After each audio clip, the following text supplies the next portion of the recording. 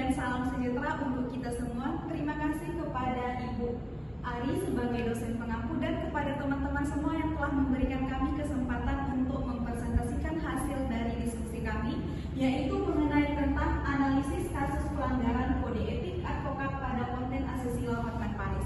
Saya selaku moderator Mehastuti dengan NIM B1A12224. Di sini saya tidak sendirian, saya ditemani oleh rekan-rekan saya. Ada Rina Larissa Sigite, Fauzan Fauzan, Reza Diara, Adelia Putri, dan Marta Ulinasi Andia. Untuk mempersingkat waktu, kepada rekan saya silakan untuk menjelaskan lebih lanjut mengenai tentang tema kita. Baiklah, kita masuk ke latar belakang. Hotman Paris merupakan seorang advokat yang telah memiliki banyak pengalaman serta seorang dokter hukum. Hotman Paris seharusnya menjadi contoh bagi para penerusnya di bidang advokat. Namun, kenyataannya, Hotman Paris justru telah melanggar kode etik advokat yang seharusnya menjadi panduannya dalam menjalankan profesinya. Hotman Paris melalui postingan di akun media sosial pribadinya @hotmanparisofficial memeluk wanita lain yang dianggap sebagai pelanggaran asusila kode etik advokat. Merujuk pada pasal 3 huruf G kode etik advokat, menyatakan bahwa seluruh advokat Indonesia diwajibkan untuk menjaga sikap dalam menjalankan tugas maupun dalam kehidupan sehari-hari. Slide selanjutnya, identifikasi si pelanggaran etika. Pelanggaran kode etik advokat jika seorang advokat terlibat dalam perilaku asusila yang dipublikasikan ke publik, ini bisa dianggap sebagai pelanggaran terhadap prinsip kehormatan dan martabat profesi advokat. Pelanggaran terhadap kode perilaku profesional sebagai advokat, Hotman Paris diharapkan menjaga nama baik profesi dengan menghindari perilaku yang bisa merusak citra profesi hukum. Selanjutnya mengenai identifikasi pelanggaran etika. Pelanggaran terhadap norma hukum umum, pasal 27 ayat 1 Undang-Undang ITE mengatur tentang larangan untuk mendistribusikan atau mentransmisikan konten yang mengandung unsur pornografi atau asusila melalui media elektronik. Baiklah, selanjutnya saya akan menjelaskan faktor-faktor yang mempengaruhi. Yang pertama, kode etik advokat. Sebagai advokat, Hotman Paris harus menjaga kehormatan dan martabat profesinya. Yang kedua, penyebaran di media sosial.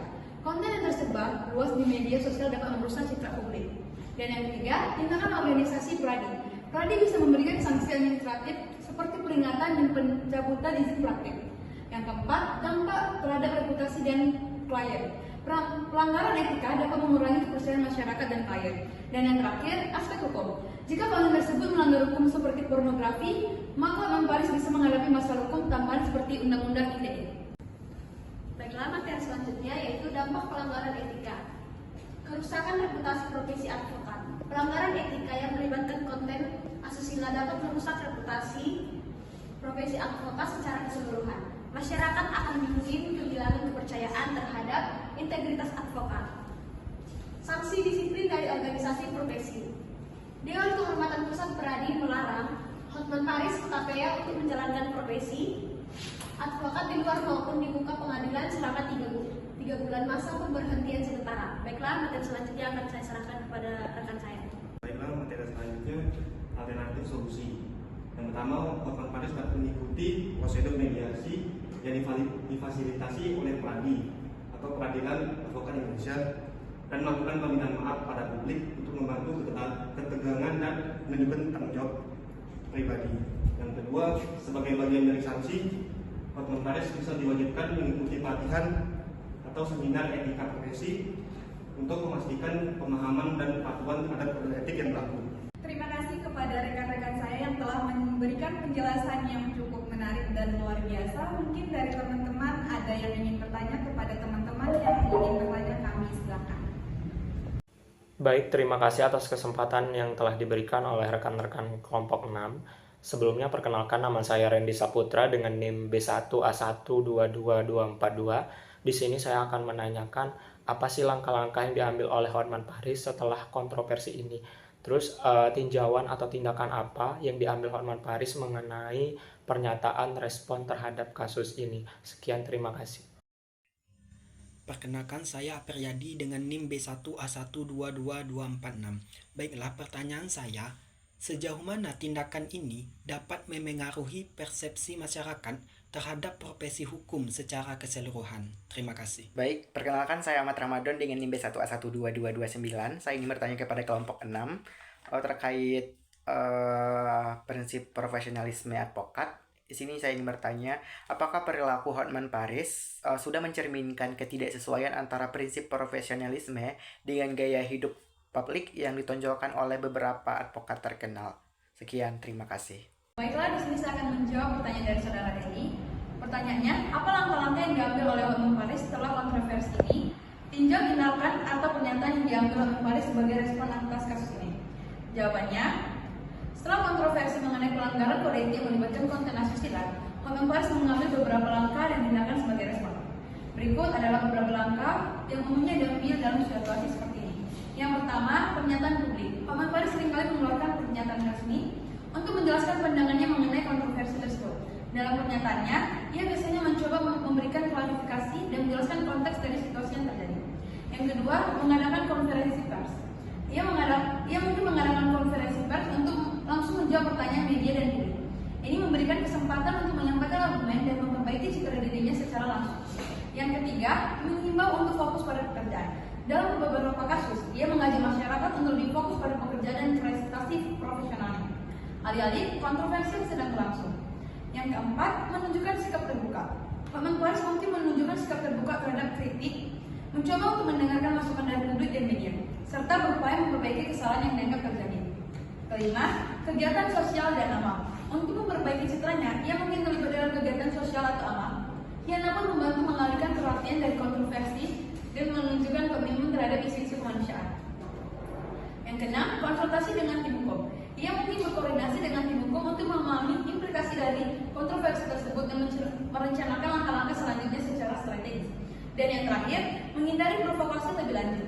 Dalam beberapa situasi, ia memilih untuk tidak merespons di komentar atau provokasi yang muncul di media sosial untuk menghindari memperburuk situasi. Langkah-langkah ini seringkali ditujukan untuk merespons krisis dengan cara yang konstruktif, meminimalkan dampak negatif dan berusaha untuk memperbaiki citra publik. Baiklah, saya akan menjawab pertanyaan dari saudara Madon.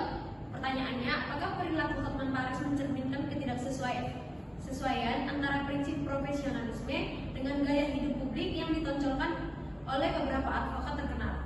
Jawabannya, perilaku Hotman Paris memang mencerminkan ketidaksesuaian antara prinsip profesionalisme dengan gaya hidup publik yang ditonjolkannya. Sebagai seorang advokat yang seharusnya menjaga integritas dan citra profesi, Hotman Paris seringkali menampilkan gaya hidup mewah dan eksentrik melalui media sosial, yang seringkali menjadi sorotan publik.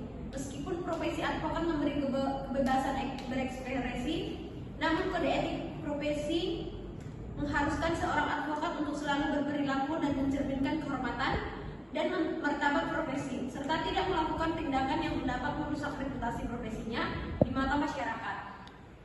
Gaya hidup yang ditonjolkan oleh Hotman Paris yang seringkali terkesan hedonistik dan glamor bisa saja dianggap tidak sesuai dengan ekspektasi etika profesi hukum yang lebih mengutamakan kesederhanaan dan kehati-hatian dalam berkomunikasi dengan publik. Meskipun demikian, di sisi lain, sebagai figur publik, Hotman Paris mungkin menganggap bahwa citra yang ia bangun juga merupakan bagian dari daya tariknya sebagai seorang advokat. Namun, dalam konteks profesionalisme, ada kekhawatiran bahwa perilaku tersebut bisa menciptakan persepsi bahwa seorang advokat lebih mementingkan citra pribadi ketimbang menjalankan tugas profesinya dengan penuh tanggung jawab dan kesungguhan. Perilaku seperti ini bisa berdampak negatif pada pandangan publik terhadap profesi hukum secara keseluruhan, di mana masyarakat mungkin menganggap profesi advokat sebagai sesuatu yang lebih terkait dengan kepentingan pribadi dan pencitraan ketimbang komitmen terhadap keadilan dan etika. Oleh karena itu, meskipun setiap advokat memiliki hak untuk mengekspresikan dirinya, penting untuk menyadari adanya batasan dan menjaga citra dan kehormatan profesi hukum. Bagaimana saudara, apakah bisa menerima jawaban kami? Saya akan menjawab pertanyaan dari Pak Priyadi. Sejauh mana tindakan ini dapat mempengaruhi persepsi masyarakat terhadap profesi hukum secara keseluruhan? Jawabannya adalah tindakan Hotman Paris dalam membagikan konten asusila dapat memiliki dampak yang signifikan terhadap persepsi masyarakat terhadap profesi hukum. Pertama-tama, pengacara biasanya diharapkan untuk menjadi teladan dalam hal etika dan moralitas ketika seorang pengacara terlibat dalam perilaku yang dianggap tidak pantas atau melanggar norma sosial. Hal ini dapat menimbulkan keraguan tentang profesionalisme dan integritas seluruh profesi. Masyarakat mungkin mulai mempertanyakan apakah semua pengacara memiliki standar etika yang sama atau apakah ada yang tidak mematuhi kode etik yang berlaku. Ketidakpastian ini dapat merusak reputasi profesi hukum secara keseluruhan, menciptakan stigma bahwa pengacara lebih mementingkan kepentingan pribadi atau hiburan daripada prinsip-prinsip etika yang seharusnya mereka dilindungi. Selain itu, jika konten asusila tersebut menarik perhatian media, hal ini dapat memperkuat narasi negatif tentang pengacara dalam pandangan publik. Berita negatif seringkali lebih mudah diingat daripada berita positif, sehingga citra buruk yang dihasilkan dapat bertahan lama dalam ingatan masyarakat.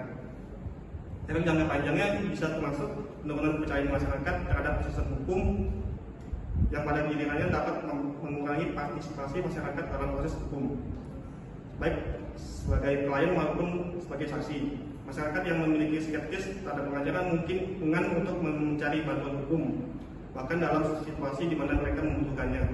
Akibatnya, tindakan ini tidak hanya berdampak pada individu yang terlibat, tetapi juga menciptakan efek yang mempengaruhi persepsi masyarakat secara luas terhadap profesi hukum dan memperlemah posisi pengacara sebagai penjaga keadilan dan penegak hukum dalam masyarakat. Dengan penjelasan ini diharapkan dapat memberikan gambaran yang lebih komprehensif mengenai dampak tindakan individu terhadap profesi secara keseluruhan.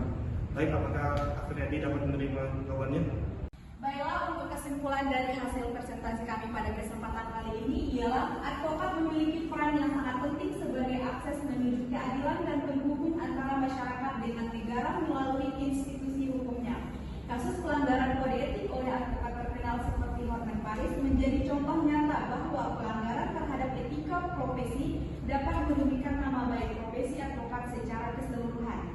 Sanksi disiplin berat yang diterima oleh Hotman Paris mencerminkan seriusnya pelanggaran tersebut terhadap norma-norma etika profesi advokat. Meskipun Hotman Paris keluar dari organisasi advokat, tadi sanksi disiplin tetap berlaku karena sifatnya yang berkaitan dengan pelanggaran kode etik advokat yang melibatkan Mahkamah Agung.